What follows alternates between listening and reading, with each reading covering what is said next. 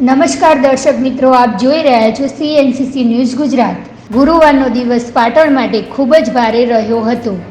12 કલાકમાં અકસ્માતની 2 અલગ અલગ ઘટનામાં 6 લોકોએ જીવ ગુમાવ્યા હતા, જ્યારે 8 લોકો હજી પણ હોસ્પિટલમાં જીવન મરણ વચ્ચે ઝોલા ખાઈ રહ્યા છે।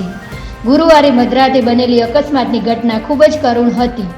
હારીજ ચાણસ્મા હાઈવે પર સર્જાયેલી હિટ એન્ડ રનની ઘટનામાં 3 લોકોના ઘટના સ્થળે જ કરુણ મોત નીપજ્યા હતા, જે બેચરાજીના આબાલા ગામની પગપાળા વરાણા ખોડિયાલ માતાજીના દર્શનાર્થે જઈ રહ્યા હતા, ત્યારે પાછળથી બેફામ આવતા આઈસર ચાલકે ટક્કર મારતા મધરાતે સુમસાન બનેલો હાઈવે મોતની ચીચિયારીઓથી ગુંજી ઉઠ્યો હતો।